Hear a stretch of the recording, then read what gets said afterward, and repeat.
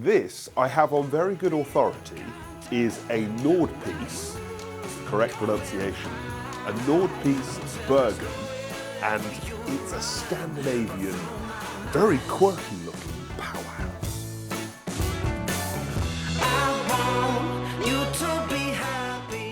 Nordpeis is a relatively small manufacturer from Norway. They're focused on modern, clean and contemporary wood-burning appliances.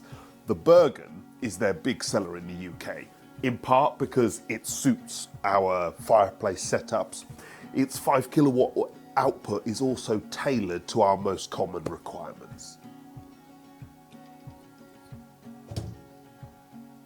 Wanted to open it carefully and not knock my camera down. Lots of space in this stove, and so there's no excuse for when you're putting in logs, getting lots of air gaps.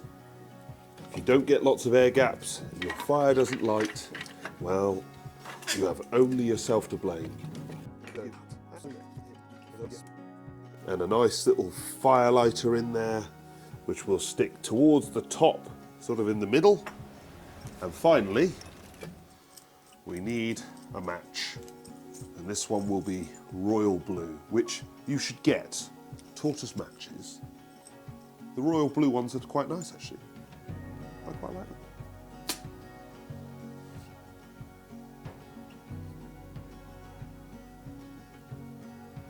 Okay, at this point, we push our door to with the handle up and the ignition vent fully over to the right, and this little vent here, pull it out. We're ready to go. So it's lit and up to temperature, and at this point, in this particular case, I'm going to open it and put some fuel on. At that point, we'll sort of allow that fuel to catch. But what's slightly different about this particular stove is we will close the door, and then normally the lower sort of sliding control would be the sort of main control, but in this particular case you shut that completely, and then your control is just done from here, which we at this point will leave open. And in fact, whilst that log catches, I'll open that one as well, but then we'll close it off. These stoves have a 5-year warranty. They're all focused on burning wood, and you can get direct air if you need it as well. They have a 6-inch outlet, and if you're after something with a bit more flexibility in terms of output, then this has definitely got you covered. This stove will range from 3 all the way up to 8 kilowatts.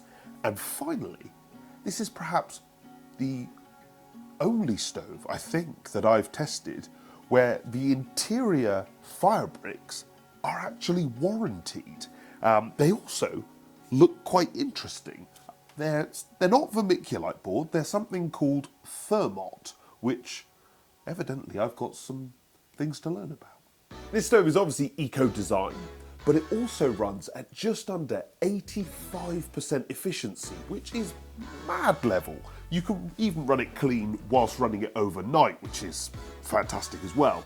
I also like that it has a 6-inch outlet as standard, which means that the DEFRA kit can be DEFRA approved if you need it, but the DEFRA kit is therefore automatically optional unless you're in a smokeless zone, which is really, really useful because you get greater levels of function, you can get a longer burn whilst maintaining that incredible level of efficiency, which is fantastic. Obviously, it's got a huge piece of glass and it clearly doesn't struggle to keep that clean either.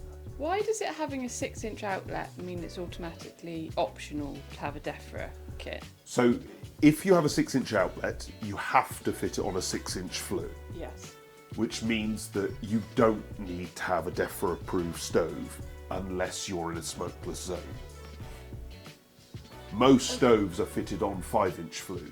And they have to then be The stove DEFRA. has to be DEFRA approved in order to be fitted on a 5-inch flue. Right, okay. Sorry. Yeah, no, it's a useful question to ask. Right, controls on this appliance. The first thing is when you're dealing with spillage, this is a very, very high efficiency stove and you do want to allow it to burn down before reloading. So I'm reloading a little bit earlier and there is a little bit of spillage. It's not bad, But generally you just allow it to burn fully down and there's no problem. We've got a stay-cool handle and no tool. This is a wood-only stove. There's no grate or ash pan, so it's a very, very simple thing to use. What makes this a little bit different is this control here, which is generally thought of as your main control. In this particular case is purely for ignition. I've just put on some new fuel, so I'll open it up, allow that fuel to properly catch, or if I'm lighting the stove. But once that's happened, basically I shut this initial ignition control down completely, and then it's just down to this little slider here. All of this stays relatively cool and the handle stays cool, so it can all be operated. Basically, I've been operating with an empty hand. So it's nice and easy to use, and actually when you shut it down we get these wavy, gentle flames. We keep this very pretty, clean look, and it burns for hours and hours and hours on a single load of fuel. This will still be chugging away for, 2 or 3 hours if I want it to be. So yeah, really, really good control, really nicely measured.